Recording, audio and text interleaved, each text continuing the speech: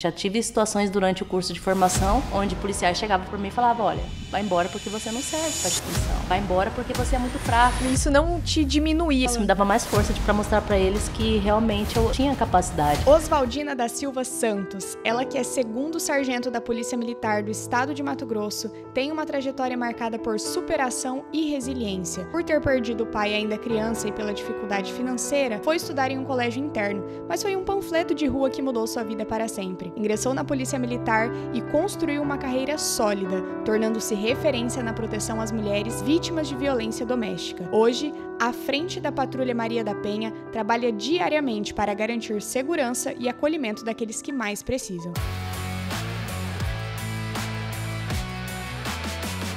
Olá, sejam muito bem-vindos a mais um episódio do Nosso Ponto Podcast. E hoje, continuando a nossa série de mulheres que trabalham em profissões que são majoritariamente masculinas, nós trouxemos uma pessoa muito especial aqui, né, meu amor? Muito especial. Apresenta essa pessoa pra gente, por favor. Nós estamos aqui com ela, que é segundo sargento da Polícia Militar, coordenadora da Patrulha Maria da Penha de Tangará da Serra, Oswaldina da Silva Santos. Seja muito bem-vinda! Muito bem-vinda, Oswaldina. Muito obrigado, gente. Que recepção calorosa. Muito obrigado. A gente que agradece vocês. Não vou agradecer agora, não. Vou agradecer ao final, né, mano? Né? Final, senão já parece que tá encerrando o podcast. Meu amor, você sempre gosta de começar? Comece aí, por favor, perguntando pra Oswaldina. Vamos lá. Oswaldina, antes da gente entrar, de fato, ali na carreira, né, de polícia militar, nós gostamos de conhecer, né, um pouquinho da história do nosso convidado. Então, fala pra gente de onde a Oswaldina veio, quem era a Oswaldina criança, adolescente. Conta um pouquinho pra gente. Falar um pouquinho da gente é estranho, né? Você começa a lembrar, e você perguntando, já comecei a lembrar. Bom, eu sou cuiabana, nasci em Cuiabá, né? Em Cuiabá mesmo, na capital. E a minha mãe é mineira, o meu pai também mineiro. Os dois vieram de Minas para Cuiabá. E eu nasci ali, então. A minha infância foi muito boa. Foi daquela infância de correr na rua, subir em árvores, brincar. E eu me considero como um verdadeiro homenzinho quando criança, sabe? Minha mãe teve bastante trabalho. Porém, eu gostava bastante de estudar. Sempre gostei de estudar, então, na escola eu sempre me superava, né? E, infelizmente, eu perdi o meu pai com 8 anos de idade. Nossa. E com essa perca, né, minha mãe ela ficou meio desestruturada ali com 2 filhas pequenas, né? Minha irmã mais nova tinha 6 anos, né, e eu 8 anos, nós temos 2 anos de diferença. E então surgiu uns familiares por parte do meu pai, que morava em Campo Grande na época, e eles deram a ideia para minha mãe de colocar a gente no colégio interno, para poder aprender algumas rotinas de mulheres, né? Aí eles vieram para Cuiabá. Porque não tinha mais parentes aqui. Não tínhamos mais parentes, né? Tinha minha irmã, mas a minha irmã já com 4 filhos, né, pequenos, sim. Também não tinha condições, né? A minha irmã mais velha. Sim. Aí essa minha irmã mais velha também, por parte de pai, ela veio para Cuiabá e ela ficou sabendo de um internato que tinha no centro de Cuiabá. O nome na época era Asilo Santa Rita, não sei se ainda existe, né? Olha só. Mas era Asilo Santa Rita. E era um colégio de freiras, né? Do Colégio São Gonçalo. E a gente foi pra lá, a gente foi morar lá, eu e a minha irmã. Tinha quantos anos? Eu tinha 8 e a minha irmã 6, né? Nossa, gente! Muito novinhas. Muito novinhas. Já pro colégio? Já fomos Nessa pro idade? colégio interno. Meu Deus! Ficamos lá. Eu só saí de lá porque, aos 13 anos, porque elas não estavam mais aceitando o adolescente. Porque aquele primeiro ano ali, né, de adaptação foi bem difícil, porque a gente ficava a semana inteira e aos finais de semana ia para casa. Porém, a minha mãe, ela estava passando por algumas dificuldades financeiras e a gente acabava que às vezes ficava o final de semana também. Então era rotina ficar, né? Diretão.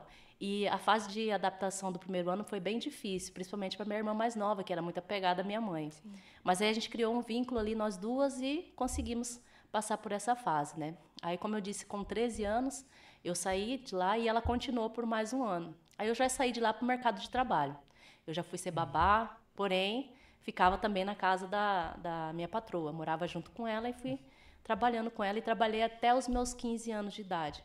Quando eu retornei para minha casa e minha irmã já estava em casa com a minha mãe, né? Então, daí, de 15 anos para lá, só foi trabalhar. Trabalhar com a minha mãe, com a minha irmã, para a gente constituir uma casa, um lar, né? E conforme eu fui crescendo, dentro de mim, não sei se eu já entro na parte do militarismo, Não, pode, né? segue a história, pode seguir a história. Porque, assim, antes de completar 15 anos, eu andava muito em Cuiabá. Muito mesmo. Gostava de andar, pegar ônibus e andar. Ou então a bicicleta, né? Eu gostava de pedalar bastante. Então eu pegava minha bicicleta e ia sozinha. Pelos bairros da cidade e tudo mais.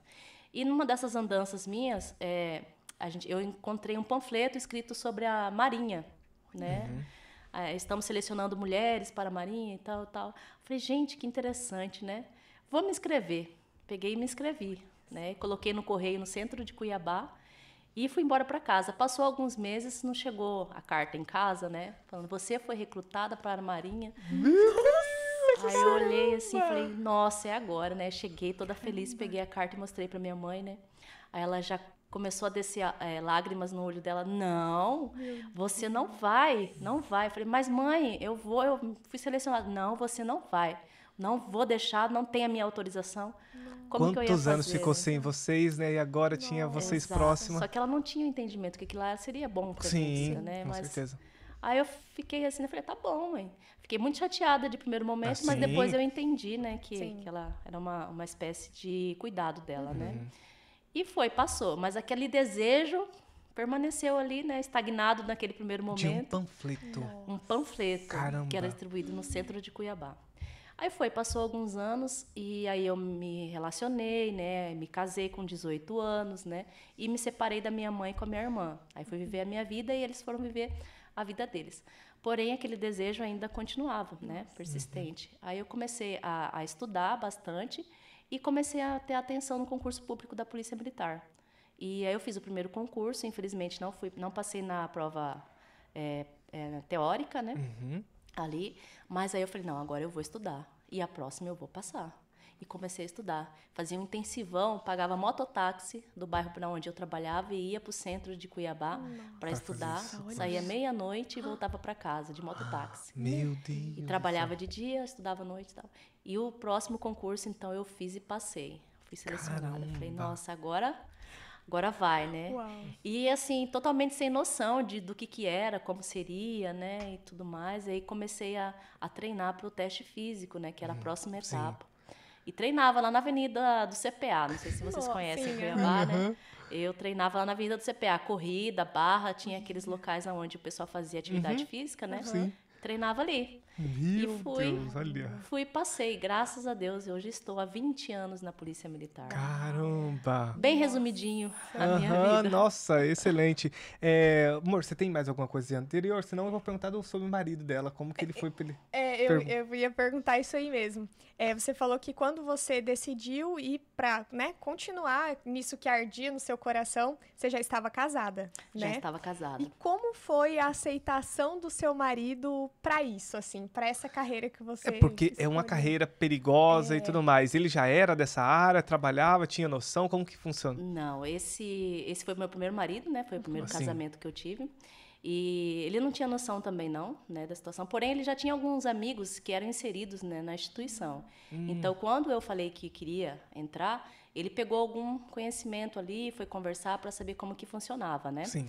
Então, nesse primeiro momento foi tranquilo. Eu tive o apoio, né, necessário para fazer. E eu fiquei 1 ano em Tangará, sozinha, né? Porque ele não podia vir. Sim. Então você assumiu, você fez o concurso, era de Cuiabá, e veio assumir aqui em Tangará da Serra. Na época, as turmas eram divididas para serem feitas no interior, né? Ah, sim. E a gente estava até conversando na viatura vindo para cá, né? Que eu fui relembrando. Na época, eu não tinha noção nenhuma das cidades do interior. Eu conhecia Cuiabá e Várzea Grande, né? Que eu andava, que era uma maravilha, Achou né? que era tudo igual. Falei, né? Aí, no dia da seleção lá, eu peguei, vi aquelas cidades lá, falei, vou para Sinop, né? E coloquei Sinop. Aí tinha um amigo nosso, né, em comum meu e do meu ex-marido, e ele chegou e viu aquele, você vai fazer o quê em Sinop? Você conhece Sinop? Eu falei, não. Então você não vai para Sinop não, você vai para Tangará. Aí riscou e colocou Tangará da Serra. Aí eu olhei assim para ele e falei, tá bom. Você tá Ali falando? começou a primeira parte do militarismo, né, que ele já decidiu por mim aonde que eu ia. Só que realmente eu não conhecia Sinop nada. Falei, tá bom. Aí eu vim para Tangará fazer o curso de formação em 2004. E aí, como ele já conhecia, né, esse pessoal que era militar, que eram policiais lá em Cuiabá, Aí ele pegou algum conhecimento e foi tranquilo essa parte, né? Nós vivemos juntos por 23 anos, né? E o relacionamento, infelizmente, não deu certo.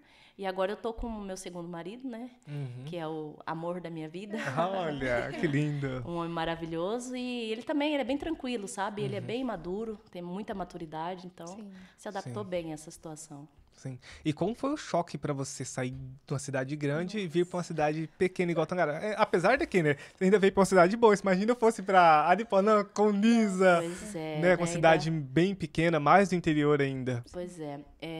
Na época, eles faziam os cursos na sede do Comando Regional, né? Então, não correria o risco de eu ir para Juína, por exemplo, porque a sede era em Tangará. Então, isso não correria. Mas, por exemplo, quando terminasse o curso, né? Dependendo da minha classificação no curso de formação, eu poderia, sim, ir para Juína e para outras cidades. Isso a gente já tinha em mente que poderia. Então, por isso que eu fiquei 1 ano aqui, para ter essa certeza de onde eu iria ficar, né, para poder a família vir depois. Sim. E eu fui bem classificada no curso, né, e consegui ficar em Tangará da Serra. Então são praticamente 2 concursos, um para você assumir a vaga e depois para você se manter em alguma cidade. Como que funciona isso? Não é 2 concursos. É o primeiro concurso para entrar, né? Isso. Eu fiz o curso de formação de soldado, né? O concurso público para soldado, para a praça da Polícia Militar. E durante o curso de formação, você faz algumas atividades que dão nota, geram notas, né? E essas notas são a classificação do policial dentro do curso de formação, entendeu? Entendi. Então, todos os cursos que nós passamos ali dentro da formação, eles geraram notas. Então, os melhores classificados dessas notas, eles poderiam escolher qual cidade iria servir, né? Então, aí eu fui bem classificada e pude escolher na onde ficar. Eu acho que o seu nariz começou a tampar um pouquinho mais por causa do ar. Ou não? Tá tudo certo? Não, tá tudo certo? Então tá bom, então. Porque foi daqui a pouco a gente diminui o ar, se qualquer coisa, nem tá? Aqui, então tá bom. Tranquilo. Uma pessoa que ela quer começar na carreira militar, uma mulher, que a gente está no mês aqui das mulheres, estamos falando com mulheres que estão trabalhando em profissões que são majoritariamente masculinas. Hoje é muito maior a quantidade de homens do que mulheres na carreira, né? Sim. Ali em Tangará, você sabe dizer mais ou menos quantas mulheres tem? Nós estamos em 12 mulheres atualmente. E homens tem? Olha, não sei precisar, mas eu acredito que tem mais de 50, Uau, né? Nossa. Meu motorista. Tem mais de 50. Nós temos um efetivo de 100 homens ali no batalhão. Então, a maioria são 12 mulheres, né? Vocês tiram. Sim, é bem pouquinho. E qual que você acha que foi a maior dificuldade no começo ali, porque depois você vai galgando patentes e tudo mais, que até quero saber como funcionam essas patentes, que eu não sei. Vai galgando patentes, vai melhorando. Mas como que é o começo de uma praça que você falou? Né? Um soldado e mulher no começo da carreira. Então, né? Era um sonho que eu tinha guardado dentro de mim, porém eu não sabia nada o que acontecia por trás daquele sonho, né? Não tinha noção. Só vou, exatamente, né? E aí, quando começou o curso de formação, então, eu fiquei sabendo como que seria, né? Para adaptar ao meio militarismo não foi fácil, né? Como você falou, para a mulher é um pouquinho mais difícil, porque tem algumas situações particulares ali que o corpo da mulher não está adaptado, né? Então, ela precisa fazer algumas adaptações para aquilo ali, principalmente em questões hormonais. E o curso, então, é normal? Para todo mundo? Não tem diferença, então? Não tem nenhuma diferença. Não tem uma academia para mulher e uma para o homem? É tudo junto ali, fazendo as mesmas coisas. Se você está com alguma situação ali que não pode fazer, não interessa, tem que ser feito todo mundo igual, né? E eu não posso dizer se é feito assim nesses cursos de formações agora, mas no que eu fiz foi assim, entendeu? E então foi essa adaptação, essa primeira adaptação a essa situação de militarismo, né?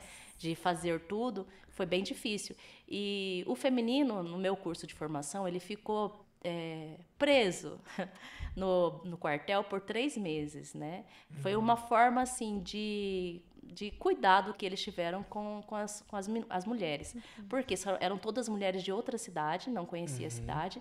E para alugar uma casa em Tangará, né, longe do quartel, era um pouco complicado. Na época, Tangará era bem violenta. Então, eles tomaram como forma de cuidado a gente ficar 3 meses no quartel, preso, né, ali, e depois sair para poder alugar casas, né? E a gente ficou 3 meses lá. Então, essa adaptação de um ambiente menor do que essa sala aqui. Eram 6 mulheres que faziam o curso. Aí você imagina a quantidade de hormônio dentro daquela sala, né? Então, a adaptação foi bem difícil. Aí depois que a gente foi liberada para morar na cidade, ficou mais tranquilo, né? Que a gente ia e vinha e foi se adaptando. Mas não é fácil. Nossa, eu imagino. Teve alguma dessas mulheres que foi, tipo, uma mulher mais velha, alguém que ajudou vocês, que foi, tipo, uma mentora, né, assim? ali ou não? Não teve... Todo mundo estava no mesmo barco, ninguém sabia o que estava acontecendo direito, vamos seguindo o fluxo aqui. Tinha uma, assim, a Sargento Andréia, que ela está até em Diamantindo agora. Ela era uma mulher mais madura, né, de nós ali. Não em idade, mas em maturidade mesmo. Ela tinha mais conhecimento. Então, ela conseguia controlar muito a gente, principalmente com o temperamento, né? Que são mulheres diferentes e o temperamento cada um mudava. Então, ela conseguiu controlar bastante. Mas, assim, infelizmente, a gente ainda perdeu uma das mulheres, né? Ela desistiu do curso de formação e por conta de filhos, né? Ela ficou longe dos filhos e ela não aguentou essa carga de ficar longe dos filhos. Aí ela acabou desistindo mesmo do curso de formação. E além dessa Andréia, né, que era do nosso curso, a gente tinha também uma sargento, hoje aposentada já, a Suzana, na época era soldado Suzana. Uma mulher extremamente profissional também, técnica na profissão e de um conhecimento ímpar. E ela sempre se reunia com a gente ali, chamava todas as mulheres e sentava numa sala e falava: agora é a hora de vocês reclamarem. Reclamem, chorem, falem tudo o que vocês precisam falar, mas eu quero que vocês chorem aqui comigo. Eu não quero nenhuma de vocês chorando na frente de nenhum homem. Então, chorem tudo que vocês têm para chorar aqui. Nossa. E ali eu peguei de exemplo aquela mulher. Falei, eu quero ser essa mulher. Caramba. Quando eu me formar, eu quero ser igual a ela. E assim foi. E eu me espelhava muito nela, depois do curso de formação. A gente começou a trabalhar na rua, né? E me espelhava bastante no serviço dela. Hoje ela está aposentada. E você acha, assim, que desde quando você entrou para fazer o curso, né, ingressou de fato ali na carreira militar, existia um preconceito das pessoas que estavam ali dentro mesmo, olhares dos homens assim para as mulheres, às vezes diminuindo por ser, né, a força ali sendo hoje a gente sabe que mudou muita coisa, né? Mas 20 anos atrás era diferente? Olha, eu não sei se é porque todos ali estavam misturados no mesmo conceito, né, numa mesma filosofia de vida. No nosso curso não teve isso. Os homens ali eram maravilhosos, eles ajudavam a gente se ajudava mutuamente, né? Então esse problema de preconceito com a gente não tinha, até mesmo porque o feminino do meu curso de formação, ele não tinha muito essa questão de, não vou fazer. Todos faziam tudo que era determinado para ser feito, entendeu? Então, nada prejudicava no nosso andamento junto com eles ali. Porém, né, nós tínhamos algumas situações fora ali do nosso grupo, né, do nossa turma. Então, sim, já tive situações durante o curso de formação onde policiais chegavam para mim e falavam, olha, vai embora porque você não serve para a instituição. Vai embora porque você é muito fraca, né? E hoje eu trabalho com esses policiais.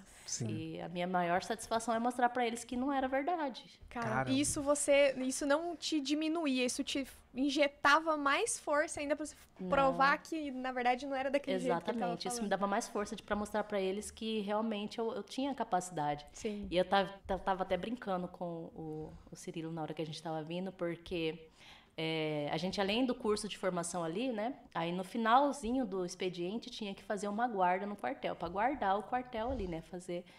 E alguns desses policiais que falavam ficavam junto com a gente. Então, se a arma estivesse municiada, era um prejuízo ali. Meu Deus do céu. Porque a raiva era muito grande, né? Mas, porém, imagino. você tinha que se controlar, né? O curso de formação é para isso, para você controlar suas emoções.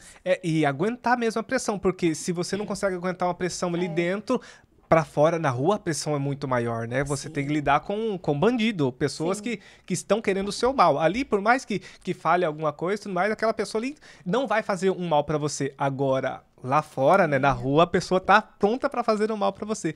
Inclusive, eu quero perguntar como que foi a primeira abordagem sua, assim, porque assim, geralmente, eu tenho algumas amigas policiais que eram, tipo, doces, meigas, maravilhosas. Eu quero entrar nisso depois. Doces, meigas, maravilhosas, e depois se tornam policiais, se tornam mulheres mais duras, mais...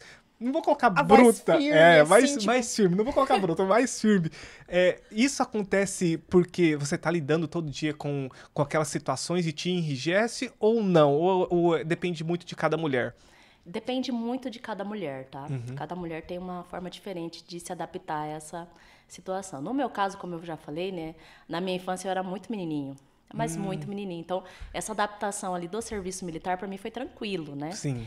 E na primeira abordagem, eu nunca me esqueço dessa primeira abordagem, porque nós saímos eu saí com um cabo que já está aposentado e um soldado antigo que tinha na época, né? E passaram uma ocorrência pra gente, eu não sei se vocês conhecem Tangará, lá na Vila Goiânia. Sim. Naquela subidinha da 26 Sim. ali. Tem um bar na esquina ali, né? Passaram uma ocorrência ali pra gente atender e a gente foi. É a minha primeira situação. Aí chega... Eu não sei o que o motorista, que era o soldado, fez. Ele conseguiu subir a viatura no meio-fio que tinha ali e a viatura ficou presa. Ela não saía do lugar.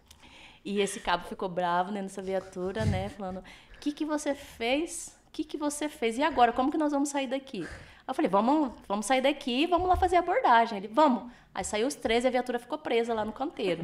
Aí saiu os três para fazer essa abordagem no bar. Aí fizemos a abordagem, só que eles não deixavam eu fazer a abordagem, né? Eu ficava na segurança ali e tal. Aí o motorista fez a abordagem que tinha para ser feita. Aí tinha algumas mulheres no bar, né? Precisou para também fazer a revista. E aí eu fiz a revista nas mulheres, nas bolsas, tudo e terminou. Aí quando terminou a gente foi tirar a viatura do meio-fio. Fomos olhar o que tinha acontecido. Aí tinha, na verdade, ficou preso o pneu, né? Era só torcer e sair, dar uma ré e sair. Foi isso que fez. Isso aí ficou marcado. E as pessoas viam que isso... Sim. As pessoas vinham da viatura lá, né? Mas aí a gente tem que manter a postura. Nossa, eu sou polícia, rapaz. Sou polícia. Mas aí também depois o serviço não acabou, porque aí era só risada, né? Sim, sim. Todo mundo lembrando da situação. Aí a gente foi pro quartel e dar uma refrigerada lá e só lembrava da situação da viatura presa, né? E os policiais presos lá sem poder atender o ocorrente. Inesquecível, hein? Realmente. E que relação ao marido? Uma mulher que se torna mais firme ali, porque tá lidando com... Como que é essa relação com o marido? A mulher, ela se veste de uma capa quando tá na função e de outra capa e volta a ser a mulher meiga em casa com o marido? Ou como que funciona isso aí? A Oswaldina, vamos falar da Oswaldina, não vamos falar de outras não. Vamos falar da Oswaldina. Porque as outras mulheres lá, a maioria delas são casadas com militares, né? Ah, sim, então já conhece. Já tem a rotina, já sabe, né? E eu nunca casei com militar, né? Sempre foi civil. Então, assim, tem todo um trabalho por trás, porque é muito difícil. Hoje eu falo que eu sou bem mais madura, né? Eu tenho mais um entendimento maior dessa situação e eu sei separar as duas coisas. Porém, o emocional do policial militar, ele é muito abalado com as situações rotineiras de ocorrência. No meu caso particular, eu fico abalada com situações que envolvem crianças, né? Então, em determinadas ocorrências ou situações que tem crianças envolvidas, eu me abalo bastante. Só que não demonstro ali durante o trabalho, serviço, né? o trabalho. Tem que se manter a postura e fazer o seu serviço, como tem que ser feito. Mas aí, quando chega em casa, aí vem, né? Porque é o local onde é o seu refúgio, né? Onde área de segurança, né? A área de segurança, onde você vai demonstrar o seu real sentimento, suas emoções, né? E quando eu fui casar, né? E aí a gente teve essa conversa antes do casamento. E eu falei para ele, olha, tem determinadas situações que eu vou chegar em casa, eu não vou estar bem por conta do serviço e eu não gostaria de conversar sobre isso. Quando eu me sentir à vontade, a gente conversa. Mas aí eu vou dar algum sinal para você de que eu não estou bem.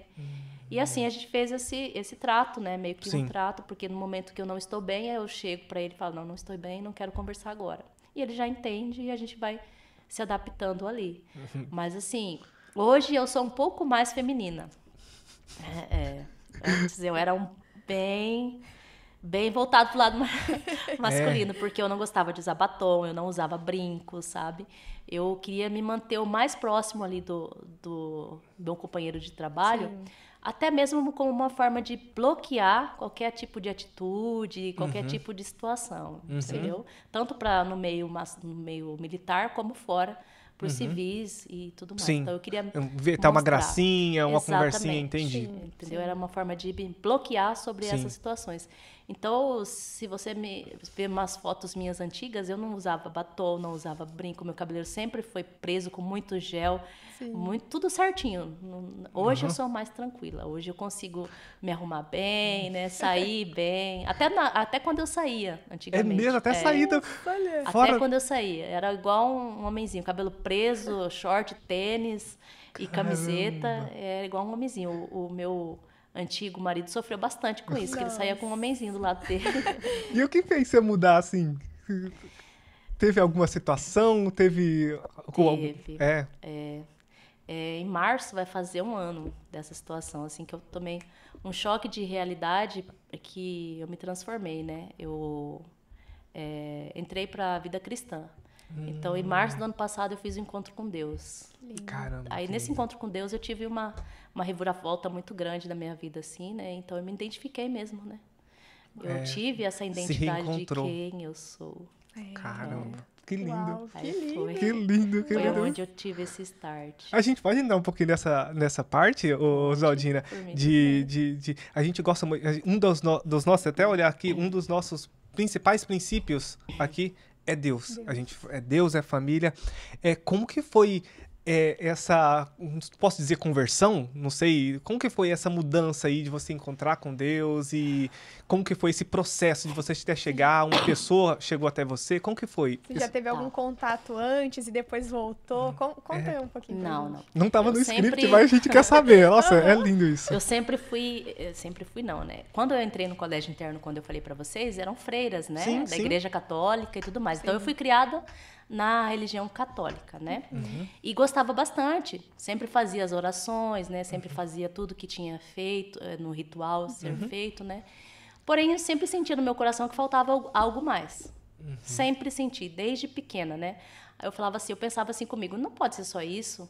Algo tão ritual, né? Que você se faz, mas passando, né? Foi passando o tempo e tudo mais. E nesse baque da minha separação, né? Alguns anos atrás, eu me vi sozinha, perdida. Né? E aquele sentimento de solidão, porque a minha mãe já havia falecido, né? Ela faleceu um pouquinho antes da pandemia, e depois a minha irmã mais velha faleceu na pandemia. Nossa. E a minha vida estava assim, meio que sem sentido nenhum depois da separação. Eu falei, não, eu preciso procurar algo para preencher, né? Por dentro. E eu comecei a conversar e procurar. Aí, eu tenho um amigo que é o Sargento Wagner, né? Que está lá agora no batalhão com a gente. E ele veio de outra cidade, Patangará, já era evangélico, né? E ele começou a falar e tal, aí eu falava para ele assim, não, sargento, eu tô passando por isso e tal. Aí ele conversando comigo e foi o start, assim, porque a gente estava conversando um dia sobre perdão. Aí ele falou para mim bem assim, sargento, a senhora só vai mudar esse estigma que a senhora tá com ela depois que a senhora perdoar. Nossa. Perdoe quem a senhora precisa perdoar. Sim. Aí eu olhei assim para ele e falei, é verdade. Eu tenho muita coisa para perdoar e para poder seguir minha vida. Aí ele falou, não, eu convido a senhora para ir na minha igreja e tal. Eu falei, não, tudo bem, convite aceito, né? Aí passou algum tempo, né? Eu peguei e falei, vou na igreja. Vou lá na igreja e tal. E era até num domingo. Na época eu estava numa vida perdida, sabe? Eu lembro que eu tinha ido numa festa no dia anterior, no sábado, e cheguei em casa de madrugada já. E não queria ir de jeito nenhum na igreja, né? No culto, né? Aí eu falei, não vou. Aí eu mandei mensagem para uma amiga minha que havia me convidado para ir junto com ela. Aí ela falou assim, não, você vai sim. Levanta dessa cama e venha logo que eu tô te esperando aqui. O culto era de manhã? De manhã. De manhã, que você foi na festa de noite? De manhã, 9 horas da manhã. Nossa. Aí eu falei, tá bom. Aí eu levantei e fui no culto com ela, né? Nossa, foi a melhor coisa que eu fiz. Nossa. Pensa, eu já recebi o Espírito Santo ali mesmo, naquele culto. E já, no primeiro que você foi? No primeiro que eu fui. Que foi a primeira... Na hora que começou o louvor, eu já senti algo diferente, né? Aí, quando começou a pregação, eu falei, tá aí o que eu estava procurando. Olha só. O conhecimento da palavra que eu não tinha. Sabe quando vai se encaixando pecinha por pecinha, assim? Ali naquele primeiro culto foi encaixando, porque aquele pastor, ele falava coisas assim da Bíblia que eu não conhecia. E aquilo me deu vontade de conhecer mais ainda, né? Aí eu falei, não, agora eu vou. Aí eu fui um atrás do outro, aí tive a felicidade de eles fazerem ainda o último encontro, no primeiro encontro com Deus do ano, né? Falei, não, já vou me inscrever. E foi. E conheci o meu marido no encontro com Deus. Olha, que lindo! Existe melhor lugar, né? Não existe melhor lugar do que encontrar alguém. Não existe. Ele participava do Ministério do Teatro, participa até hoje, né, na igreja. E ele era o Jesus. Tinha o total destaque ali. Ela foi direto no mais famoso. Brincadeira. Ele é quase imperceptível, sabe? Porque ele tem uns 2 metros de altura ainda, trabalhando como Jesus no teatro, né? Servindo como Jesus no teatro, né? E foi maravilhoso. Só que a gente não teve contato ali no encontro com Deus, né? Eu já conhecia ele fora daquele ambiente. Mas aí no encontro com Deus a gente se reencontrou lá e depois que acabou o encontro a gente começou a conversar e nos casamos 3 meses depois. Uau! Caramba! E essa iniciativa foi de quem? Ele chegou em você? Você chegou nele? Foi ele que chegou em mim. Olha, então ele também já tava... Não, imagina, porque assim... Eu fico imaginando para um homem, porque chegaram numa mulher policial, que sabe da história. Porque tem todo um estigma, né? 10 vezes antes de mandar queria conversar com ele para saber como que foi essa dificuldade dele, mas que legal. Foi bem engraçado no começo, assim, porque eu não conhecia ele, né? E a gente tem essa questão de segurança, né? Não conheço, vou pesquisar a vida da pessoa para saber quem é. Né? Pega o CPF ali e joga para ver se tem algum processo. Aí depois que ele mandou a mensagem, eu fui lembrar quem era, que eu já conhecia e tudo mais, né? Mas esse primeiro momento foi engraçado porque aí ele mandou mensagem para mim e um dia eu me lembro, ele falou bem assim, você tá na sua casa? Aí eu falei bem assim, você já tá querendo saber demais, né? Ele, não, calma, eu só queria saber se você estava na sua casa, que eu quero mandar um presente para você, né? Ia passar e deixar um presente. Romântico, né? Eu falei, não estou em casa, não. Aí eu falei para ele bem assim, mas não se preocupe, eu não tenho nenhum medo, não. Porque eu sei me defender, né? Ainda com aquele estigma de... Ele, não, eu sei completamente que você sabe se defender, não vou mais passar na sua casa.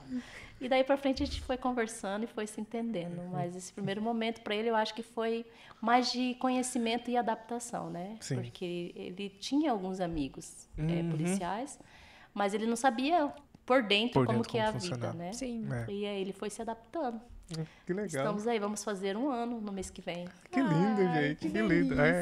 A gente gosta de saber dessas histórias porque inspira outras pessoas e você conseguiu encontrar alguém no melhor lugar que podia ser encontrado, né? Alguém, você não precisou trazer de fora para apresentar a graça, para ele apresentar. Não, eu já estava ali, já conhecia, vocês estão caminhando no mesmo caminho. E eu digo que a vida fica muito melhor quando você já tem uma pessoa assim, que já tem o mesmo conhecimento que você, né? Eu precisei adquirir esse conhecimento pela fé, né? Eu precisava me identificar que eu não preciso de ninguém, né? Eu já tenho um Deus que me conduz na minha vida, né? Que eu sou filha de um Deus maravilhoso. Então, eu precisava ter esse conhecimento dentro de mim, que eu não tinha. E a partir do momento que eu tive, olha, o meu coração é em paz depois desse dia. Nunca mais eu tive... É lógico que a gente tem os problemas diários, né? Sim. Só que a gente tem o entendimento que esses problemas não vão acabar com a nossa vida. E a gente não vai ser diminuída por conta disso, né? A gente tem um Deus que trata por trás disso, então... eu já queria acabar... vive por algo muito, muito maior, né? A gente vive por algo maior. E por um tempo na vida cristã, né, eu me perguntava assim, nossa, mas qual que é o meu propósito de vida? Qual que é o meu propósito? Eu não sei. Eu ficava me perguntando assim, qual que é o meu propósito? Mesmo sabendo que no ambiente onde eu estou hoje, né, que é a Patrulha Maria da Penha, e que o papel que eu desempenho ajuda muitas mulheres, né, a resolver conflitos e tudo mais. Só que eu ainda tinha aquele desejo de saber qual era o meu propósito, né? E depois de uma pregação onde falava assim, você é filho de Deus, você anda de mãos dadas com Deus. Ali eu tive a revelação da minha identidade, né, e de qual que é o meu papel nesse mundo, né? Ser o reflexo de Deus para as pessoas que eu passo. Então, a partir dali, Minha vida mudou totalmente. Caramba. E é certo, assim, que quando você tá com Deus, todos os lugares que você estiver, Ele vai te usar de alguma forma em prol do reino de Deus. Isso sempre usa. Ou ele usa para você aprender algo com aquela situação, ou ele te usa para a pessoa que tá com você aprender algo naquela situação. De qualquer forma, ele tá te usando. Né? E tá se capacitando você a cada dia mais. Eu nem queria entrar nas partes de Maria da Penha. Foi tão lindo que eu queria terminar esse episódio aqui, que foi tão... É muito bonito saber como Deus trabalha, a forma como Deus trabalha na nossa vida também. Trouxemos pessoas aqui que... Até a Bruna, é verdade. Ela saiu de uma festa de noite, do outro dia foi para um... Contando sobre a conversão dela foi desse jeito também. Ela saiu de uma festa, brigou com o namorado, não quer, ele convidou ela para ir para a igreja, depois foram para a igreja, foi o dia da conversão dela. É a mesma coisa, Deus faz, ele tem um jeitinho dele de trabalhar na vida de cada um, né? Tem. Assim, eu sempre tive Deus presente na minha vida, nos piores momentos, né? A gente fala que é no deserto que a gente vai procurá-lo, né? E realmente é. Nos piores momentos da minha vida, eu sempre procurava ele. Só que eu procurava ele do meu jeito, né? Porque eu não tinha o entendimento da palavra como eu tenho hoje, né? E ainda falo que tem que aprender muito, né? Porque cada dia que passa é um tapa na cara que a gente leva. É verdade. Mas aí, eu sempre procurei Deus, né? Das melhores formas. E eu acredito que eu fui muito abençoada por ele. Porque eu já tive situações complicadas na vida policial, né? Em que ele nos livrou. Ele me livrou. Então, essa procura por ele sempre teve. Só que agora é de uma forma diferente, né? Agora é conhecendo a verdade. E servindo, né? E servindo. Antes você conhecia só pra ele te abençoar, te ajudar. Ele só cuidava de você. Agora não, né? Agora você se torna mais um instrumento, né? É diferente. É aquele de ser servo, né? E servir agora. Servir. Antes você era só servo. Eu só acredito que Deus existe, ele me guarda e tudo mais. Mas agora você acaba tendo uma nova missão. E servir com a consciência de que eu sou filho, né? Isso. Filha. Sou filha dele. Sim. Então, aí a sua mentalidade, as suas ações são diferentes. Sim, com certeza. Uma dúvida.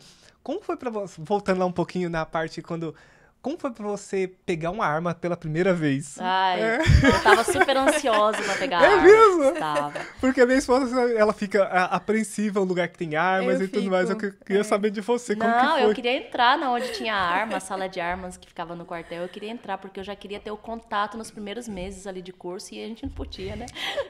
Não podia, eu tinha que passar por uma capacitação, curso e tudo mais. Então, nossa, eu fiquei muito emocionada quando eu fui fazer o curso, né, para atirar. E quando apresentaram pra gente os revólveres na época, né? Sim. Ainda não tinha muito armamento. Estava na transição do 38 para .40. Então, a gente não tinha muito contato. Eu acho que, se eu não me engano, no nosso curso ali para manuseio do armamento, tinha uma pistola apenas, o resto era tudo 38. E aí a gente foi pegando aquele armamento, eu fui pegando, fui mexendo, né, conhecendo, assim, falei, nossa, sensacional. Ali eu já senti uma emoção muito grande, né, de colocar aquele armamento na cintura, manusear. E quando eu fui para o stand de tiro, então, para realmente, de fato, atirar e utilizar o armamento, para mim foi... Não queria sair dali. Queria ficar atirando. E até hoje é uma coisa que eu gosto. Tiro é uma coisa que eu estava até comentando com o Cirilo, que antigamente eu era muito boa, né, no tiro. Hoje, infelizmente, a gente vai ficando mais velha, tem que usar óculos, né? Vai perdendo algumas habilidades, né? Mas ainda consigo dar uns tiros. Que ótimo. Eu tenho uma dúvida, assim, muito bobinha, mas eu sempre tive vontade de perguntar. Vocês andam todo cheio dos aparatos, assim, parece ser muito pesado. Sim. Como que é? Vocês utilizam isso nas operações, assim? Como é essa mobilidade do corpo com tanta, né, colete e tudo? Olha, a gente vai se adaptando, né? Depois que termina o curso, você já é colocado com esses equipamentos para trabalhar, são equipamentos de segurança do policial. Então, você vai adaptando o seu corpo àquilo ali. Então, o condicionamento físico pode ser uma coisa assim simples, mas não é, não. Você precisa ter um certo condicionamento físico para poder aguentar, porque, em particular, o meu, ele tem 12 quilos a mais.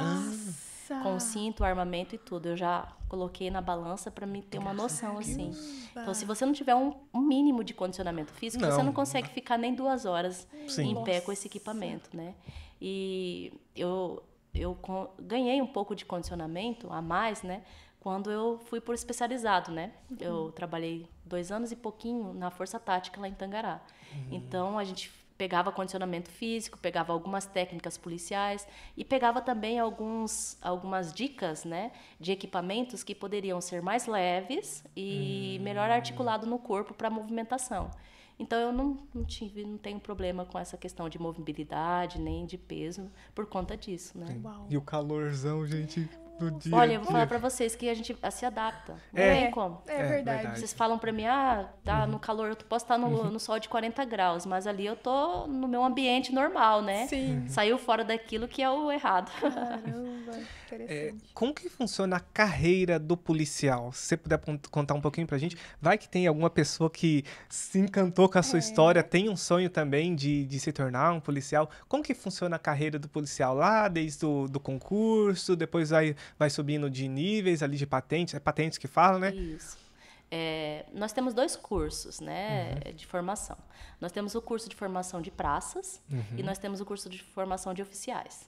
O curso de formação de praças, né, você faz o concurso, faz a prova, né? Hoje já está exigindo o nível superior. Antigamente não, era ensino médio, né? Você poderia fazer. Hoje já é nível superior. E você sai como tecnólogo em segurança pública, né? Antigamente o curso era de 6 a 7 meses, hoje já é 1 ano e pouquinho o curso de formação de soldado. Então ali você faz o concurso, passou na prova, né? Estou falando de praças. Sim, sim. Aí você passa na prova, você entra e começa a fazer aquele curso de formação. Durante esse curso de formação, você já é inserido na instituição Polícia Militar. Você está ali como aluno soldado, né? E após esse período, então, de 1 ano e pouquinho, você sai como soldado. E aí você vai almejando para os níveis que temos dentro da instituição militar, que começa como soldado, depois você passa a ser cabo, aí sargento. Nesse nível de sargento, você começa como 3º sargento, aí passa 3 anos, você vai para 2º sargento, 1º sargento, aí subtenente, e o nível máximo dos praças, que é 1º tenente.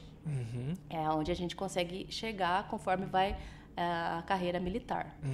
E já para oficial, nós temos o CFO, né, que exige o nível superior no curso de Direito, para você fazer a prova.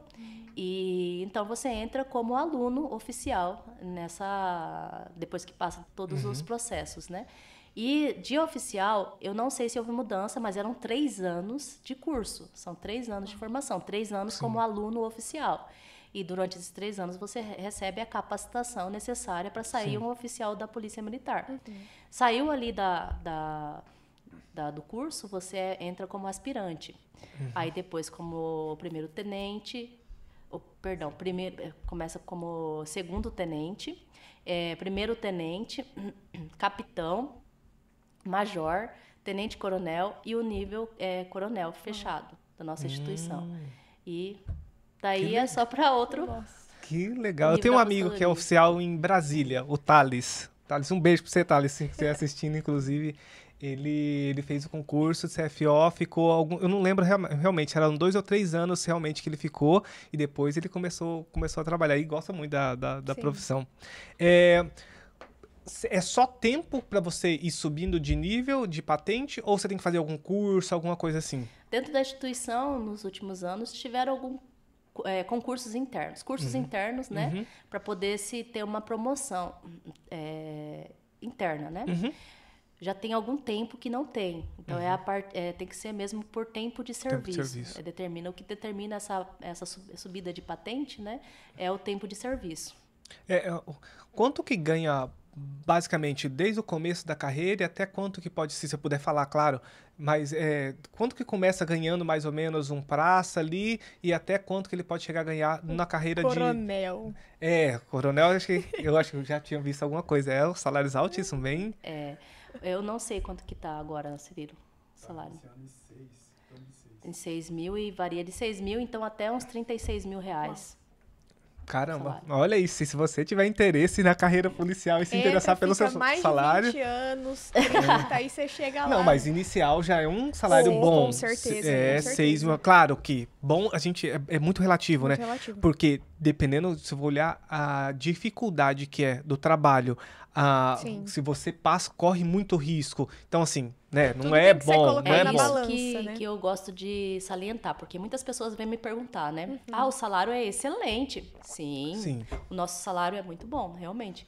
Porém, você tem que colocar no lápis todas as situações. Sim. Não é a mesma coisa você receber R$6.000 e ficar atrás de um computador. Exatamente. Sim. O serviço militar é diferente. Sim. Tá? E você está disposto a trabalhar em um lugar hoje, amanhã você já pode estar em outro lugar e assim sucessivamente. Então, você tem que estar disposto, a sua vida, a sua família tem que estar disposto a se dedicar realmente, porque é um serviço de dedicação. Sim. Por exemplo, o técnico hoje do Tribunal de Justiça mesmo começa ganhando isso. Salvo engano é isso, são R$6.000 um técnico, com os benefícios vai sair mais ou menos isso. É bom pro técnico, e se for comparar com o policial ganha muito pouco. Muito porque o técnico hoje trabalha 6 horas por dia e vocês têm que fazer as escalas, ficar 24 por 36, como que funciona? Hoje em dia está regulamentado 12 por 36, 12 por 48. Então, o técnico ali do tribunal, que é um cargo, você fica na frente do computador, acabou o seu horário, você vai embora. O policial, muitas vezes, ele tá em operação, chegou a hora dele ir embora, não tá em operação, você continua trabalhando. Exatamente, e sem ganhar hora extra, tá? Nossa. Tem essa situação. Se você está de serviço ali aquelas 12 horas, né? Surgiu alguma demanda, alguma situação, e principalmente em cidades do interior, tem muito isso, né? Um assalto, alguma coisa que aconteceu, eu preciso de efetivo, você só vai sair quando a situação estiver resolvida. Não importa se 12? Não importa se for no próximo dia, no outro dia, e muitas vezes a gente vai trabalhar, né? Quem já passou por um especializado, né? Que já tem alguns bizu que a gente fala, né? Que é algumas dicas, já vai para o trabalho já com alguns equipamentos preparados já, né? Mas quem não vai e surge essas demandas, aí vai sem nada. Nossa, vai com a farda e o equipamento que está ali. Então, é bem complicado. Vocês têm que colocarem realmente na ponta do lápis, assim, para ver se realmente vale a pena. Sim. Infelizmente, nesse último concurso que a gente teve uma baixa de policiais no primeiro mês muito grande. De pessoas que eu acho que achavam que era de uma forma, né? E quando foram ver a realidade, eram de outra forma. Principalmente em cidades do interior. Mais lá para o interior. Pro Nortão. Pro Nortão. Não é fácil. Sim, eu acredito. Podemos entrar já na parte da Maria da Penha, meu amor? Sim, podemos. Como que funciona, a primeira coisa, como que funciona, uma especializada Maria da Penha? Como que funciona a patrulha da Maria da Penha aqui em Tangará da Serra e Nova Olímpia? Nós não somos em caráter de especializado, né? Nós somos um programa instituído na Polícia Militar, a partir da Lei 11.340, que é a Lei Maria da Penha, né? E nessa lei ela institui, então, que a Polícia Militar ela é um órgão que tem que estar participando das ações de governo de enfrentamento à violência doméstica e familiar. Sim. Então, a Patrulha Maria da Penha na Polícia Militar do Estado de Mato Grosso, ela começou a ser inserida lá em Barra do Garças. Começou por lá com algum trabalhinho assim, mas era trabalho de pós-ocorrência, né? Surgiam as ocorrências de Maria da Penha e a guarnição ia no pós-ocorrência, ia visitar a mulher depois que acontecia a ocorrência para saber como que era a situação, o que estava acontecendo, né?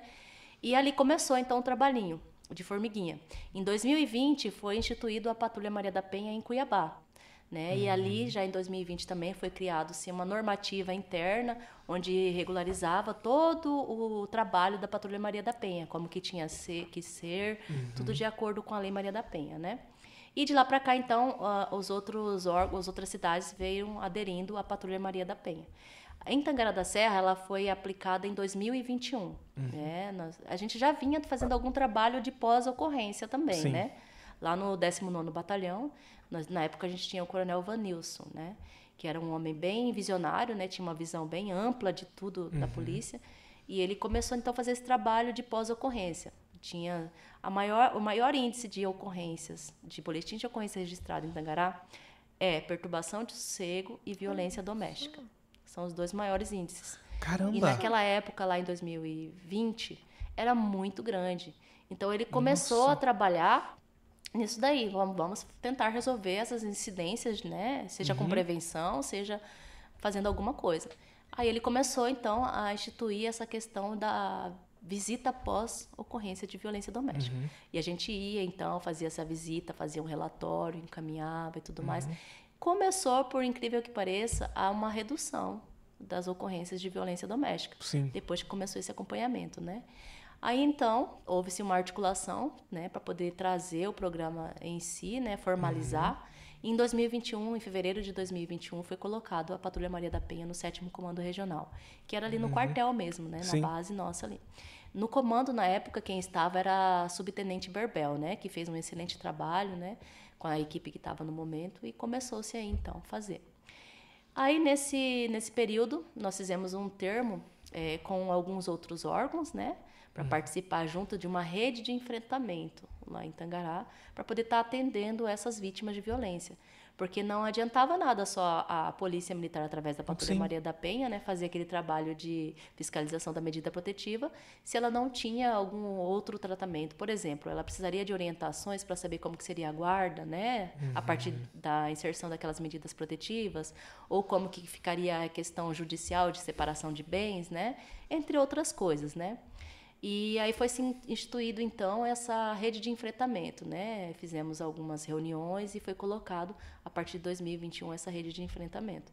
E, desde então, a Patrulha Maria da Penha vem atuando em Tangará da Serra na fiscalização dessas medidas protetivas. Tem outros órgãos junto com a Polícia Militar? Quais são esses que trabalham em conjunto? Você falou que é uma rede. Isso. Em Cuiabá já tem, né? Já tinha essa rede de enfrentamento com diversos órgãos, né? Que é a Polícia Civil, Corpo de Bombeiro. Em Cuiabá, estou dizendo, a realidade de Cuiabá. Polícia Civil, Corpo de Bombeiro, Guarda Municipal, CREAS, CRAS, né? Assistente Social, a própria Prefeitura, né? E outros órgãos de civis, né? Como que eles falam? Organização civil, acho que é uma coisa nesse sentido, né?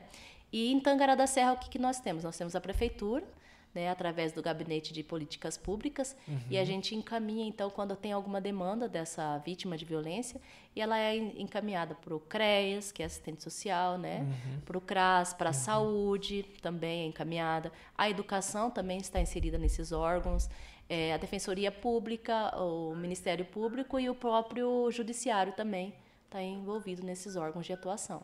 Aí a gente tem o Rotary, tem o Lions, né? Tem instituições privadas, como as faculdades de Tangará, que quando a vítima precisa de algum atendimento, né, psicólogo, alguma coisa, essas instituições privadas também participam desses órgãos e a gente encaminha essas vítimas para lá. Além de algumas outras empresas que capacitam essas mulheres para o mercado de trabalho também.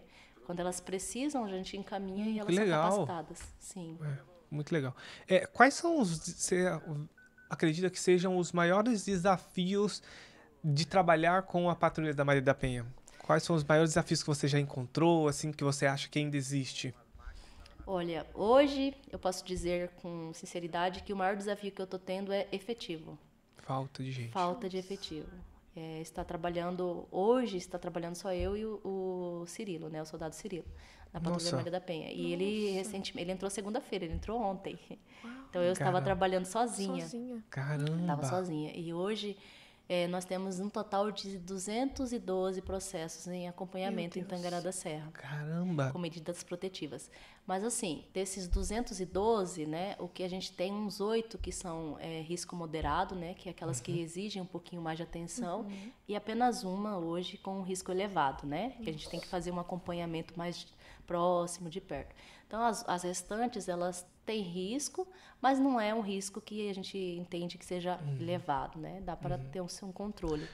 Como que vocês classificam esse risco? É de acordo com o que foi a ocorrência? Se esse cara só ameaçou ali, só falou algumas coisas, esse cara não. Se houve a violência física. Se houve a violência física, né? Ou se teve uma ameaça muito mais forte de matar e tudo mais. Como que vocês classificam o que é um risco baixo, que não é baixo, né? Não tem, né? Não tem risco baixo, mas vamos classificar risco baixo, um médio e um risco alto. Elevado. Essa classificação ela é feita a partir ali daquele boletim de ocorrência, né? Vamos identificar ali qual foi o que gerou o pedido de medida protetiva, né? Analisar o boletim de ocorrência, a gente vai analisar também o autor do fato, né? Para saber sobre a vida, antecedentes dele, né, para saber qual que é a situação. E fora isso, a gente faz a primeira visita e também tem-se um formulário de risco que é preenchido no momento ali que ela faz a medida protetiva. E nesse formulário de risco tem algumas perguntas que já fazem o indicativo para a gente se essa mulher ela precisa de uma atenção maior ou não. Sim. Então a gente já consegue identificar nesse formulário de risco também. Entendi. E porém tem a visita também presencial, né, que é a primeira visita que a gente faz. E ali naquela visita, com todas essas informações que a gente já tem, a gente vai analisar o ambiente, né? Por exemplo, tem mulher que corre risco de o agressor ir atrás dela, né? Então, a gente vai avaliar aquela residência onde ela mora, a segurança que ela tem naquele ambiente, né? O que precisa ser melhorado, né? A gente vai falar para ela e tudo mais. E isso aí, a gente aciona os outros órgãos envolvidos para dar o suporte para aquela mulher, para ela ser mais observada, né? Vamos dizer assim, para ela ter uma segurança melhor. Então, esses riscos de leve a elevado, eles são classificados com essas coisas que a gente faz, essa seleção. Muito legal mesmo. Quando a gente fala assim de violência doméstica, acho que a primeira coisa que vem na maioria, né, da cabeça das pessoas aí é o parceiro ali, o cônjuge, né? Ou um ex-marido, um ex-namorado. Qual que é o grau de parentesco ali? Pode ser irmão, pai? Como que funciona para a pessoa fazer a denúncia ali, chegar até vocês? Para ser classificado como lei. Então, tem muitas dúvidas porque a lei 11.340, ela é instituída para violência doméstica e familiar contra a mulher, né? A mulher. Porém, o autor do fato, ele pode ser um tio, uma tia, uma irmã, mesmo que figura uma mãe. feminina. Sim, o autor do fato, o autor daquela violência, ele pode ser uma figura feminina, né? Então, ela está instituída no meio familiar. Existe um vínculo familiar com aquela vítima, então o autor do fato é aquela pessoa que tem esse vínculo familiar com ela. Então, é tio, é tia, é sogro, é sogra. A lei hoje ela está bem abrangente. Inclusive, nós tivemos recentemente, semana passada, uma atualização do Supremo Tribunal dizendo que casal homoafetivo também tem os mesmos direitos. Eu ainda tenho que dar uma estudada, né, porque é bem recente, então não posso passar com firmeza para vocês do que se está falando nessa nova atualização, mas prometo, se tiver uma segunda vez, né, já vou estar atualizado. Com certeza. Então, né, já tenho essa atualização de casais homoafetivos, então, para gênero feminino. Existe ainda muita resistência das mulheres de irem até a polícia, de denunciarem os seus maridos? Você acha que existe ou diminuiu bastante? Hoje a mulher tem menos medo de falar, de denunciar? A gente tem sim alguma resistência ainda, mas ela vem diminuindo a cada dia. A gente sabe disso porque os números de medida protetiva vêm aumentando, né? Sim. Então, eu falo assim, eu gostaria muito de não atender e não ir fazer a fiscalização de medida protetiva. Sim. É o meu trabalho, mas eu não gostaria de fazer isso. Eu gostaria de trabalhar com a prevenção. Eu gostaria de ir até essas mulheres e fazer palestras, conversar, fazer uma roda de conversa, explicar sobre a lei, sobre os direitos que ela tem. Eu preferia 1000 vezes fazer isso do que ter que ir na casa dela para fazer essa fiscalização, entende? Porque quando tem a medida protetiva é porque já chegou no extremo da violência. Sim. Então, não tem mais tem o que ser feito, né? A lei, ela entra para intervir naquele meio familiar, para poder ter uma resolução daquele conflito. Sim. Mas eu não gostaria de estar inserida nesse meio, eu gostaria de estar inserida antes. Sim. Porém, as mulheres, a cada dia que passa, elas vêm adquirindo mais conhecimento, mais informação, né? A mídia está aí, os meios, né? A comunicação. Então, ela vem tendo mais conhecimento e, com isso, ela está querendo mais denunciar. Ela está indo atrás dos seus direitos. Sim.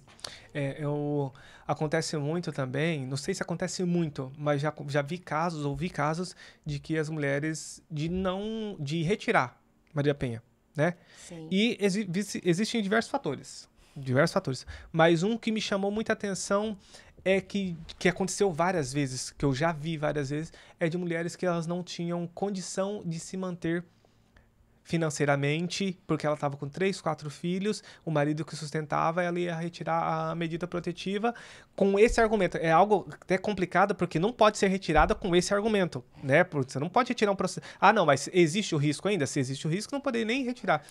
mas de querer retirar por causa desse motivo, porque elas não tinham condições de se manter financeiramente, cuidar dos filhos e tudo mais, e acabavam lá retirando as medidas protetivas. Isso era muito triste. E acontece isso até hoje. Sabe por quê? Por falta de informação.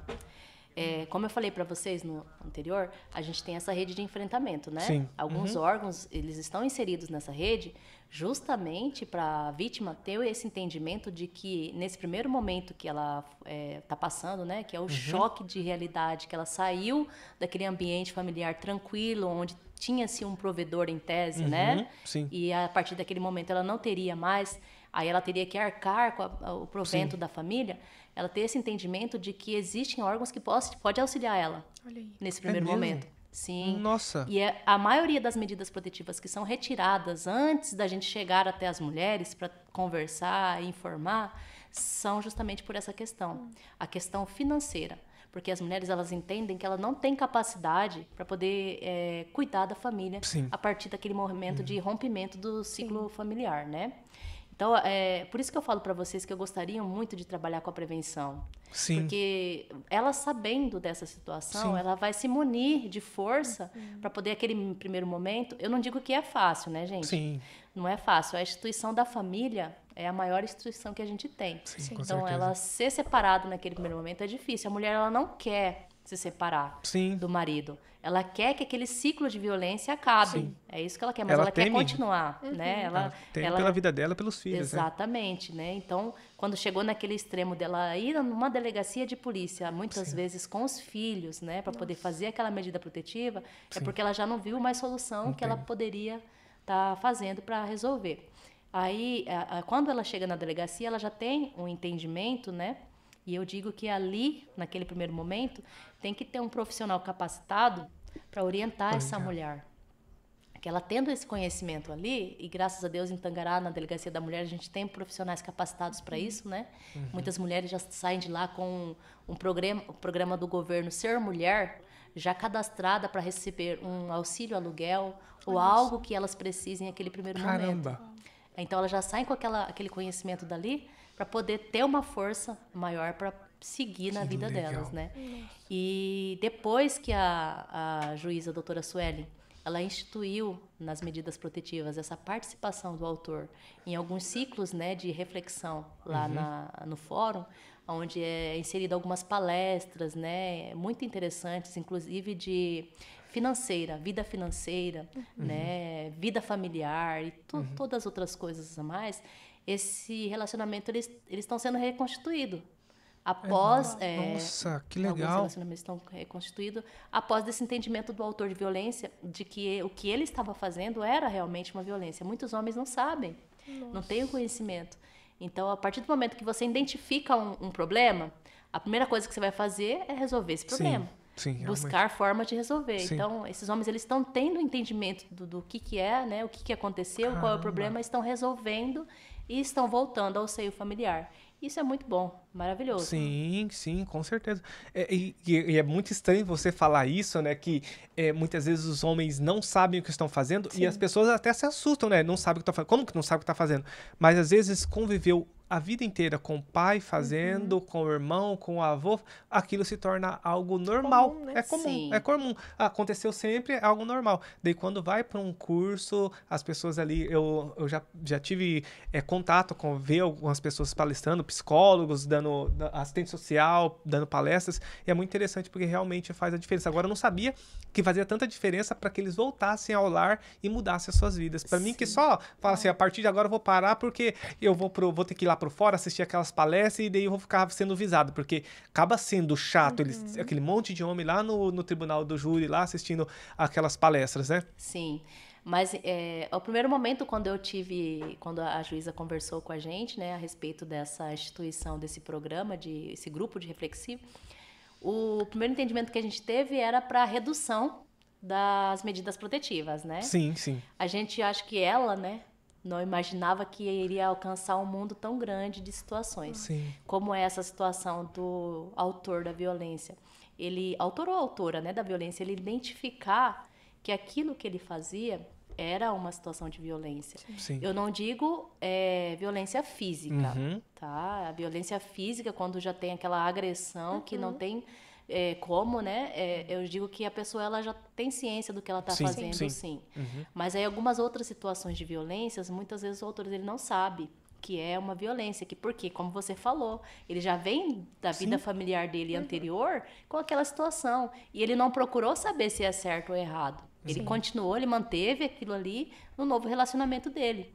E a parceira também, eu digo, que não teve aquela estrutura, né? Familiar. Estrutura também familiar, mas eu digo assim, ela não teve uma maturidade para chegar e tentar resolver com o parceiro, né, ou parceira, aquela situação. Sim. Ela ficou à mercê e não tentou resolver.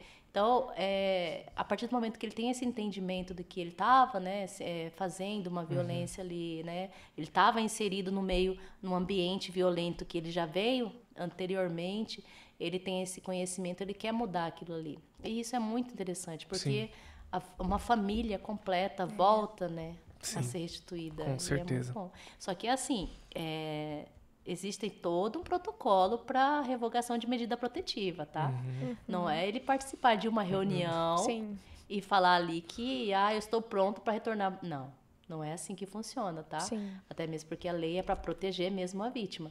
Então, tem toda uma estrutura por trás. Tanto ele quanto ela vão passar por um grupo de profissionais habilitados para saber se realmente houve um entendimento, né? Saber as condições. Se houve uma mudança realmente. Saber as condições da revogação dessa medida protetiva e só assim é instituído, então, o cancelamento das medidas. Não é uma coisa tão simples como parece. Sim. Tem algum caso que você possa falar que te marcou bastante, tanto positivo quanto negativamente, de atendimento de medidas protetivas? Tem sim, tem um caso que me marcou nas duas situações, na negativa e na positiva. Por quê? Negativa. Foi um dos primeiros casos que eu atendi. A vítima morava em próximo a Tangará ali, né? Não vou dizer porque senão fica... morava próximo a Tangará, então... o filho dessa mulher, ele estava sofrendo violência física em casa. E ele não era filho do provedor da casa, do homem, né? Ele era filho de outro homem, só que ele não sabia. Os outros filhos não sabiam, né? E ele era o único que apanhava ali.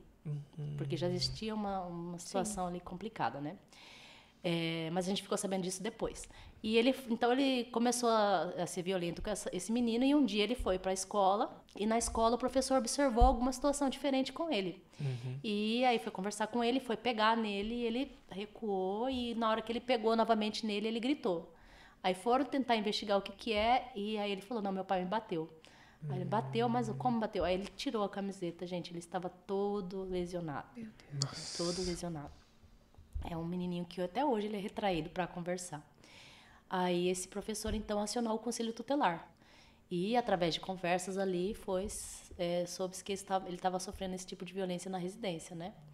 E, então, chamaram a mãe também na escola. Aí, quando a mãe chegou e viu, né, todo mundo ali envolvido, ela desabou. Aí ela foi contar que ela sofria violência doméstica com aquele homem há muitos anos. Ela não tinha mais contato com os parentes dela que moravam em outro estado. Ele tinha cortado o convívio com os parentes, né? Ela tinha um irmão que morava em Tangará, mas o irmão também não sabia da situação dela. E, para vocês terem uma ideia, o nível de violência que chegou, ele conseguiu passar o cartão Bolsa Família para o nome dele. Nossa. E o Bolsa Família, não sei se vocês sabem, mas ele é instituído para a mulher, para a mãe das crianças. Nem sabia. Ele conseguiu fazer essa transferência para o nome dele, né? E ele recebia. A não ser em casos extremos, sim feito para o nome do pai. Mas nesse caso foi ele que conseguiu passar o nome do cartão Bolsa Família, e ele recebia esses valores. E ela nunca viu nem um centavo desse dinheiro que ele recebia. Então o nível já estava desse jeito. E ela desabou ali na escola e chamou a polícia militar, né? E começou ali, então, todo um processo dessa mulher. A partir daquele momento, ela já foi para a delegacia da mulher, né? Fez as medidas protetivas. O oficial de justiça, enquanto ela estava na delegacia da mulher, terminando o processo, o oficial de justiça foi, então, na residência e já intimou ele, né? Sobre as medidas protetivas e ele teve que sair do lar. Aí, depois a gente foi fazer a visita para ela. Aí eu digo que ali foi o ponto que me pegou. Por quê? Eu cheguei lá, eu encontrei uma mãe desestruturada, chorando o tempo todo, com 4 filhos menores de idade. Meu Deus. A casa dela estava toda revirada, porque ele tinha ido antes na casa para pegar as coisas dele e, como uma forma de punição, ele quebrou tudo na casa. Nossa, Ele meu Deus. revirou a casa toda, sabe? E as crianças com fome, sem nada para comer. Então foi uma situação bem triste para mim naquele primeiro momento, mas eu me mantive firme ali e a gente conseguiu contornar aquela situação, compramos alimentos, marmita para as crianças e tal, eu consegui acalmar a mulher, né? E aí eu falei para ela que a partir daquele momento ela ia ser assistida pela Patrulha Maria da Penha, né? Com a fiscalização da medida protetiva. Mas não consegui ficar só aí. Aí eu cheguei em Tangará e já estava na Patrulha Maria da Penha na época e peguei e falei, não, eu vou atrás de alguma coisa para essa mulher. Ela é uma das mulheres que realmente precisa de uma atenção agora, nesse primeiro momento, né? E fui instigando um órgão, outro órgão, a gente precisa fazer alguma coisa, precisa, e conseguimos fazer. Nós tiramos ela da onde ela estava, ela veio para Tangará da Serra com os filhos, está morando já, né, na cidade de Tangará da Serra. Passou algum tempo, conseguimos alguns programas, né, de governo para ela com auxílio. Ela começou a trabalhar, conseguimos colocar um trabalho para ela está trabalhando. Porém, uma das filhas dela começou a apresentar problemas médicos, né, de saúde. E muito graves.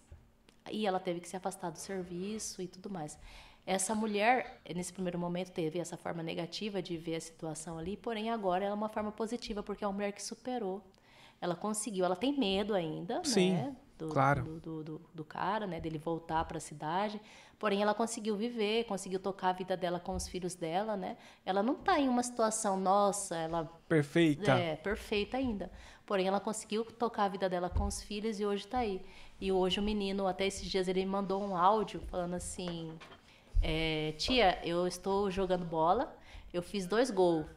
Um gol era para a senhora e o outro gol era para a tia Cleonice, que era a policial que trabalhava comigo, né? Nossa, chega até arrepio. Até hoje a gente acompanha eles assim meio de longe, né? Quando precisa de alguma coisa, mas é um caso que me tocou bastante no começo da Patrulha Maria da Penha. A gente volta lá no propósito, né? Volta lá no propósito. Não é só fazer...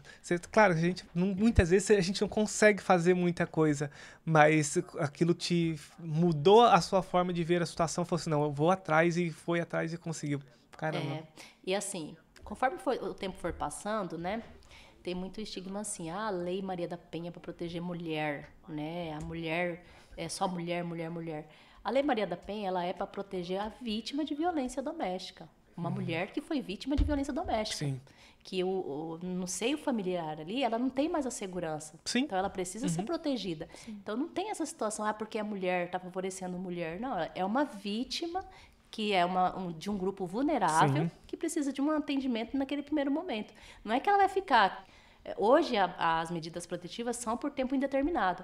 Mas, por exemplo, se ela verificou que ela não corre mais risco com aquele autor de violência, ela pode ir lá e te retirar a medida protetiva. Não é uma coisa que é engajada para o resto da vida. Entendi. Você entende? Ela precisa só daquele primeiro momento de um... É óbvio que tem casos que o autor é preso, né? Fica anos na cadeia, mas são aquelas violências extremas, né? Sim.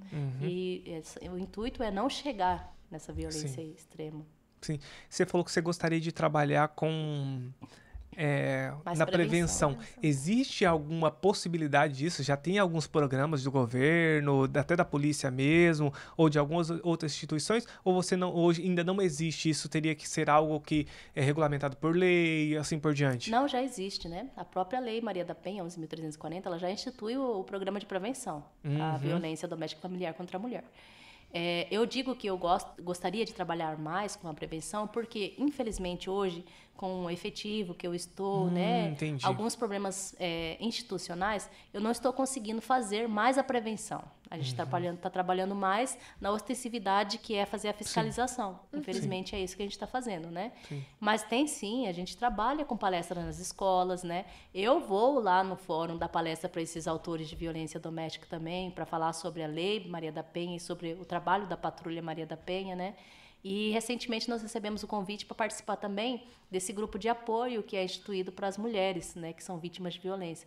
Então existe sim um programa, né? Porém, eu acredito que ainda é mínimo. Ele poderia ser muito mais. Sim. Ah, mas que legal. Pelo menos já tem alguma coisa e acredito que as coisas vão ganhando força. Assim como a Lei de Maria da Penha, a Patrulha da Maria da Penha começou lá em Barra do Garças, foi crescendo. Acredito que a gente consiga vai chegar em algum lugar grande aí que consiga fazer diferença realmente na vida dessas mulheres, né? Sim. Existe um perfil, você identificou, existe um perfil de mulheres, ou não, qualquer tipo de mulher, classe social, financeira e tudo mais, ou existe um perfil de mulheres que tem mais incidência da Lei da Maria da Penha, de agressão? Eu não definiria como um perfil, assim, porque existem mulheres da alta sociedade, vamos dizer assim, até mulheres em situação de risco, né, de complicado, vulnerabilidade. Estão inseridas em todos os meios, tá? Nós vamos desde mansões lá no Tangará da Serra fazer atendimento até na periferia. Sim. Então, são todos esses engajados. Mas, porém, existem sim aquelas características predominantes na maioria dos casos, que são aquelas mulheres mesmo que da classe média. Baixa ali, na periferia, são as maioria das vítimas que nós temos são isso. E antigamente a gente já tinha algumas regiões de Tangará que eram mais predominantes, né? Hoje em dia, se você vê no nosso sistema, que é muito interessante, já está em Tangará inteira, é engajado em todos os bairros de Tangará. 212 casos distribuídos por Tangará inteiro. Então não existe uma região ali. Sim. Mais específica. Eu acho que até aquilo que você falou mesmo, que um entendimento das mulheres, elas têm mais coragem, porque muitas vezes a mulher que é lá da periferia, muitas vezes ela fala, não, já tô apanhando aqui mesmo, todo mundo tá sabendo e tudo mais. Às vezes a mulher lá da classe média, classe alta, ela tem vergonha de falar, ninguém viu, ninguém soube, e não vou falar, porque, nossa, eu vou ficar com vergonha, o que meus amigos vão pensar. Tem um status social, né, diferente. E hoje, provavelmente essas mulheres já estão saindo ali e falando, né? Teve um caso, assim, de uma pessoa muito famosa, que foi a Ana Hickman, né? Que estourou quando ela veio denunciar ali o marido, o ex-marido, né? Por violência. E ela tinha todas as provas ali. Ela falou que já vinha sofrendo esses abusos desde quando casou ali, né? E ele, né, enfim, roubava o dinheiro dela, administrava mal, enfim. E aí eu me lembro, assim, que muitas mulheres começaram a ter essa coragem. A partir disso. Porque falou assim, caramba, tá acontecendo com a Ana Hickman, que é uma referência aqui no nosso país de apresentadora, de mulher.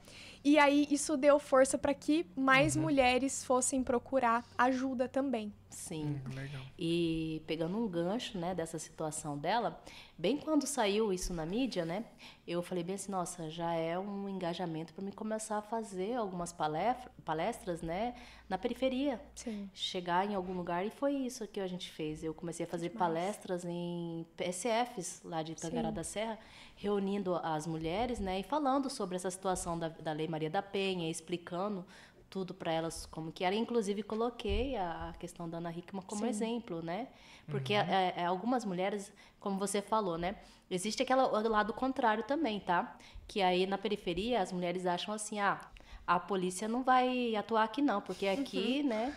E já existem as mulheres da alta sociedade que têm o pensamento assim, eu vou atrás da polícia, porque é quem vai me defender. Sim. Então tem esses dois lados também. Caramba, legal, muito legal. Muito legal mesmo.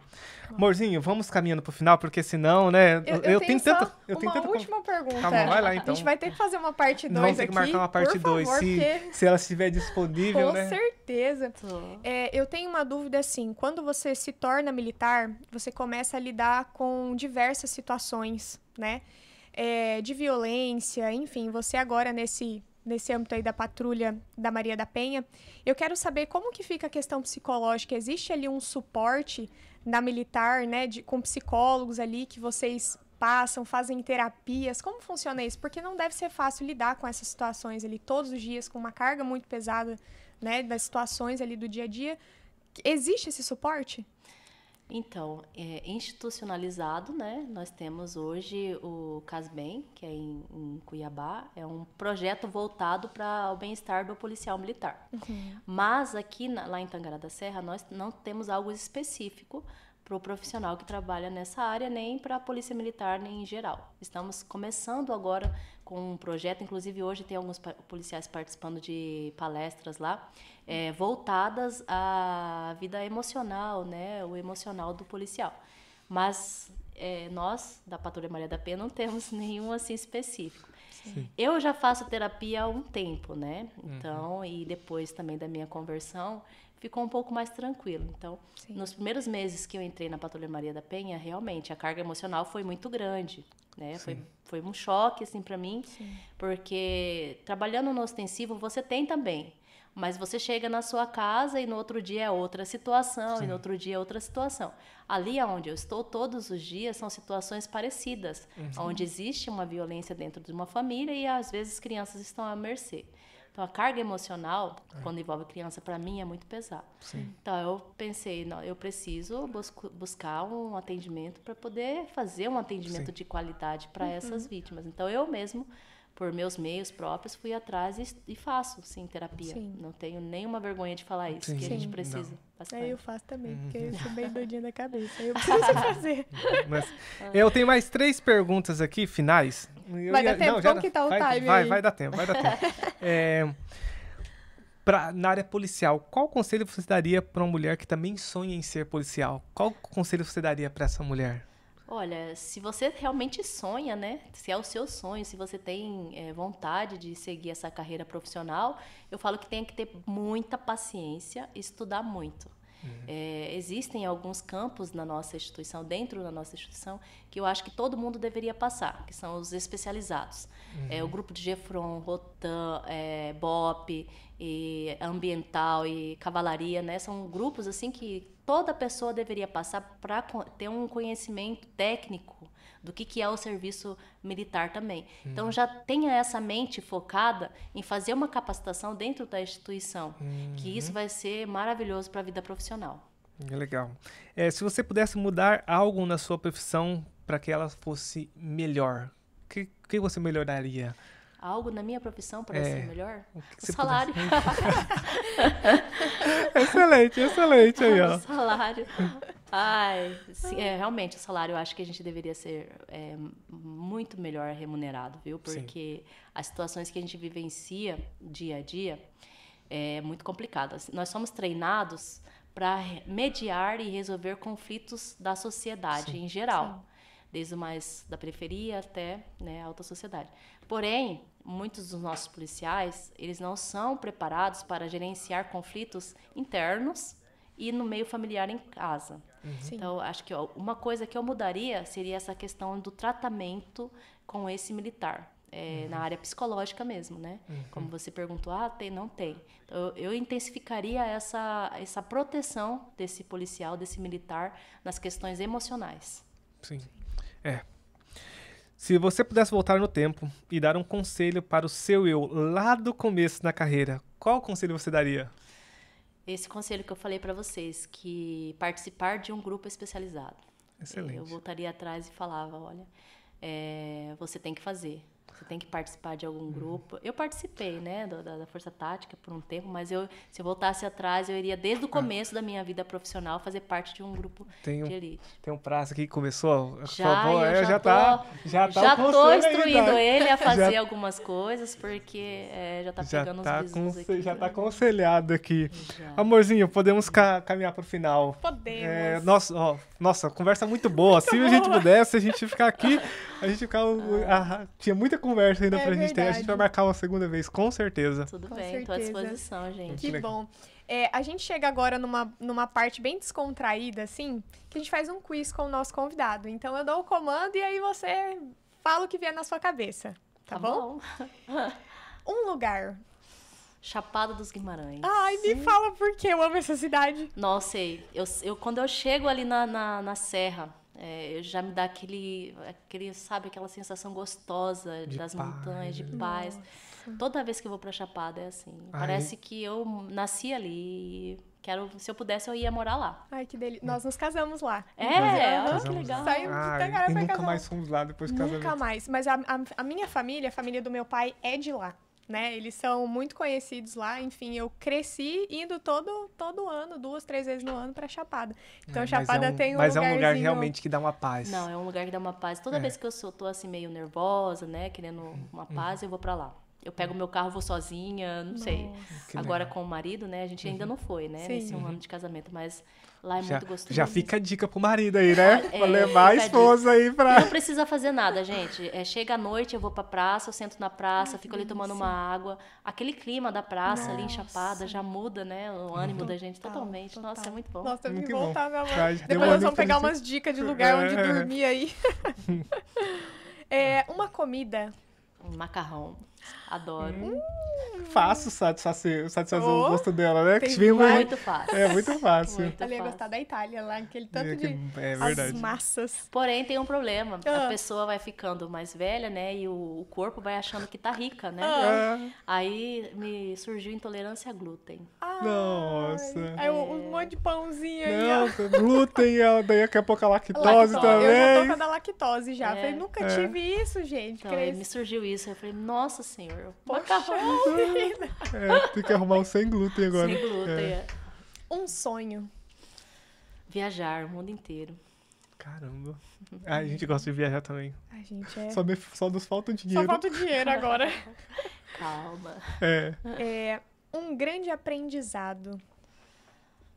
O grande aprendizado que eu tive nesse último ano da minha vida é descobrir que eu sou filha de um Deus maravilhoso. Esse foi meu grande aprendizado de vida.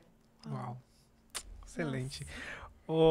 Tem uma outra coisa aqui? Não, dos R$100. Não, vai perguntar esse e depois deixa as redes sociais, contatos. Depois. Então tá bom. Sargento, o que você comprou de R$1 até R$100 que foi muito útil? Você falou, caramba, podia ter comprado esse negócio antes, ou foi muito útil, gostei muito de ter comprado isso aqui de R$1 até R$100 nos últimos tempos. Nos últimos tempos? Aqui já saiu chaleira elétrica, já saiu prensa italiana. Isso. Já saiu bolinhas de chocolate para dar para as crianças. É verdade. Olha, gente, vocês me pegaram agora. Eu vou ter que fazer uma reviravolta aqui na minha mente para saber o que poderia, o que foi, assim. Mas muito útil que você comprou de 1 até R$100. Ah, sim. Teve uma garrafinha, essas garrafinhas térmicas, né? Que eu adoro café, gente. Sempre fui. Eu sou até viciada em café. Então, acho que a coisa mais útil que eu comprei nesses últimos tempos foi essa garrafinha térmica, que ela mantém a temperatura, né, do café e eu carrego para onde eu quiser. Em viagens, no trabalho, aonde eu for, tem meu cafezinho quente ali para tomar. Ai, que ótimo, olha aí, ó. Tem que comprar uma para você, porque a gente viaja. Esse aqui, se tá cedo, tem que parar no posto para pegar um cafezinho. Se tá cedo, vai lá e busca um cafezinho. Já tem que levar pronto já. Vamos pedir a dica.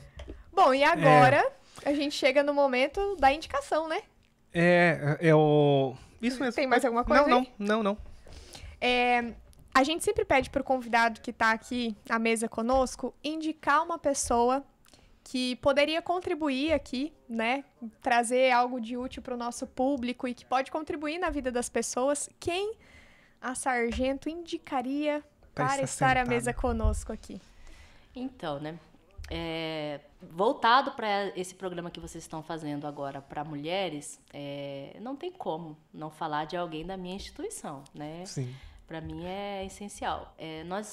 Nós temos lá em Tangará um projeto com crianças, né? O judô tatame. Eu não sei se vocês conhecem, né?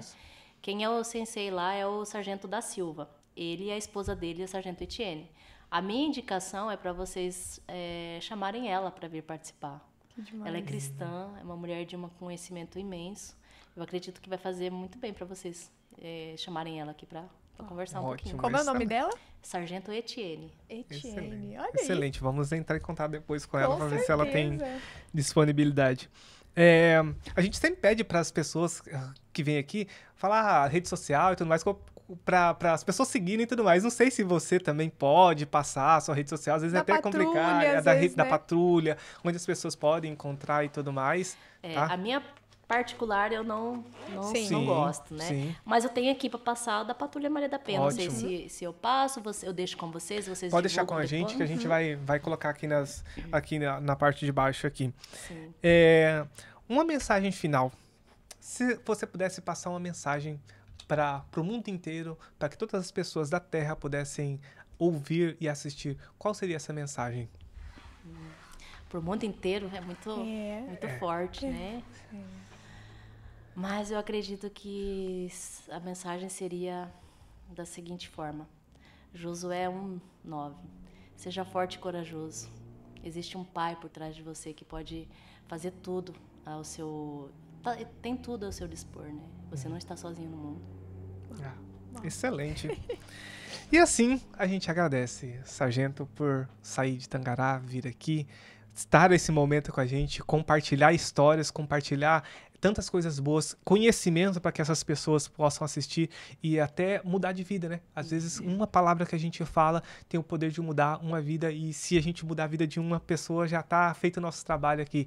E a gente agradece muito, muito mesmo por ter disponibilizado seu tempo, saído de Tangará, feito uma viagem para chegar até aqui e estar aqui com a gente, né? É uma honra. É uma honra gente. Termos uma mulher de peso aqui nessa mesa. Muito obrigada mesmo. A gente gosta muito da profissão, né? A gente acha muito bonito, sim, né? Com certeza. Ser mulher nesse meio não deve ser fácil, né? Tudo que você passou. Então, a gente honra muito sua vida, sua trajetória. E muito obrigada mais uma vez. Nossa, gente, eu que agradeço, viu, o convite de vocês. E agora vou até falar uma coisa, confidenciar com vocês uma situação. Eu não gosto de mídia, marketing, essas coisas. Não é comigo. Nunca fui, eu sou bem tímida para essas situações, né? E nos últimos tempos eu venho recebendo muito convite, né? Aí até que eu parei para pensar, falei, mas algum sentido deve ter para eu estar recebendo tantos convites assim para fazer entrevistas e tudo mais, né? E realmente, nesses últimos 2 que eu falei para vocês que eu fiz, surgiram mulheres que vieram me procurar depois pedindo algumas orientações e eu consegui resolver alguns problemas dessas mulheres. Sim. Foi aí que me deu o start de que, peraí, não é você, não é para você, não é a Oswaldina. Então vai lá e faz, porque eu estou por trás disso e eu sei quem que eu quero atingir. Então vai e faça. E a partir daí eu tomei o entendimento que realmente não sou eu que tenho que querer ou não, eu tenho que fazer para poder mostrar para essas mulheres, né, que elas têm uma vida após aquele ciclo de violência ali que foi rompido. E é isso, muito obrigado pelo convite, tá? Eu estou à disposição lá em Tangará da Serra. As mulheres que estão assistindo aqui em Barra do Pugre, se quiserem alguma informação, né, sobre a Lei Maria da Penha, sobre como denunciarem, sobre qualquer situação nesse sentido, eu deixei o meu contato aí, é só entrar em contato com a gente que a gente está à disposição, tá bom? Tá ótimo, excelente. Parabéns, viu, pelo programa de vocês. O ambiente aqui é muito gostoso. Ai, que bom. Adorei participar. Que bom.